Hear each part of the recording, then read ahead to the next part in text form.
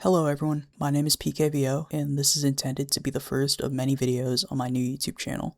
I mostly intend to upload focused critiques of games, film, and TV, along with other miscellaneous things that come along and interest me. I decided to start with a video on Elden Ring because I've been replaying it recently, and I would like to believe that I've become decently well acquainted with the Souls games over these last 2 years, or at least well enough acquainted with them as to where I can talk about them in a short video. I intend to make a longer and more thorough critique of the game in the future once I've become better with creating videos, and even though there are a lot of Elden Ring videos on YouTube, I'd like to think that I could still provide at least a unique perspective on the game. I have 500 hours in Elden Ring overall, and around 1,000 hours in total on all of the Soulsborne games combined. I've fully completed the Dark Souls trilogy and replayed the games many times, but disappointingly, I've only played Bloodborne up to Mikolash and Sekiro up to the Owl, and also like 20 minutes of Demon Souls. Once I get my hands on a PS4 or a PS5, I do intend to complete Bloodborne, but for now, this is the general baseline for my experience with the Souls games. Sony's insistence on keeping Bloodborne locked to the PS4 in its piss-poor state is genuinely very frustrating, even if emulation has gotten to such a good point that Bloodborne is fully playable on PC. Elden Ring's opening is generally fine, though I tend to always skip the intro cinematic and just go straight through the tutorial. I actually think that the tutorial, despite being basic, works well enough as a small level with a laughably easy boss. The game really starts once you open up the door to Limgrave and Var tells you to follow the Grace's guidance. Usually I tend to follow it to the Gatefront Ruins Grace before I go and do anything else, and this is only so I can pick up the map and get access to Torrent and leveling. But before doing any of that, I usually fight the Tree Sentinel placed right in front of the Church of Ela. This is one of my favorite fights in the game.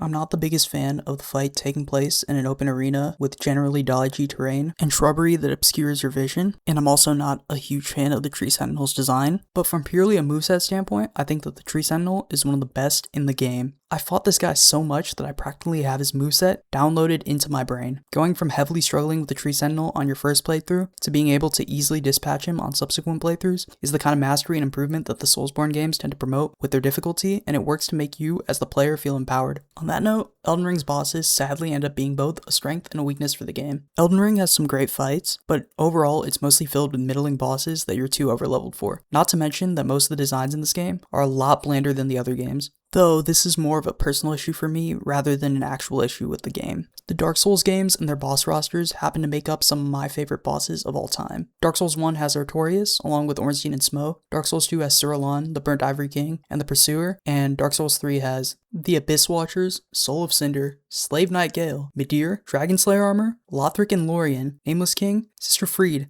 and the Demon Princes. I bring this up just to emphasize that despite Elden Ring's bosses being overall pretty good, they haven't had the same impact on me that other bosses in the series have. The ones that come closest for me would be Malenia, the Tree Sentinel, Margit, Godfrey, specifically both fights, and Midra. Waterfowl Dance significantly weighs Malenia down though for me and most other players. Bosses also seem to have undodgeable attacks a lot of the time, and even if they don't, there's still too much visual clutter on the screen to see what's going on half the time. Or you'll end up in a gank fight with two of the most aggressive enemies in the game. Starscourge Radahn is probably one of my least favorite boss fights in any video game ever. The spawn point being so far from him is really only cool on a first playthrough, but on subsequent playthroughs, hell, even subsequent attempts, weaving through Radahn's arrows on Torrent becomes tedious and annoying, and ultimately brings the fight down by quite a bit. Having beaten Radahn legit with no summons once on my first playthrough, I vowed to never do anything that tedious again in my life, and now I summon everyone I can whenever fighting him. I do appreciate the fact that you can resummon anyone after they die, but that still leads to a lot of the fight just being running around on Torrent.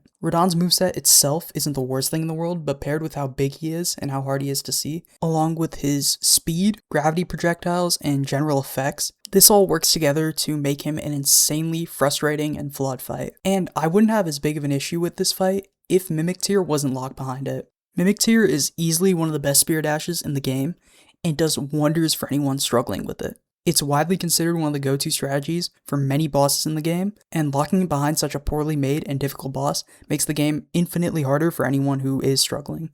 Radahn, along with a lot of the other bosses in this game, could have been great with just a bit more fine-tuning, and I hope that FromSoft can dial back some of these issues in their next game. Shadow of the Erdtree both makes steps in the right direction, but also further steps in the wrong direction when it comes to boss design, and I intend to make a video further discussing this topic in terms of Shadow in the Erdtree once I've gone and fully replayed it. In the meantime, I plan on releasing more videos and trying to get better acclimated to uploading long-form critiques to YouTube. Comment if there's any game you would like me to cover. I'm thinking about covering RE4 Remake / RE9's combat in another video, or doing a video on Control, which I recently just completed and enjoyed quite a bit. So let me know what you'd be interested in. Also, let me know what you feel like I could improve in my videos going forward. Any feedback is appreciated. If you enjoyed this video, it would help me out if you could like or subscribe, or maybe even share this video with anyone who you think would find it interesting. Even if you don't do that, I'm still grateful that you even chose to click on this video, as it still helps me out quite a bit. So on that note, thank you for watching.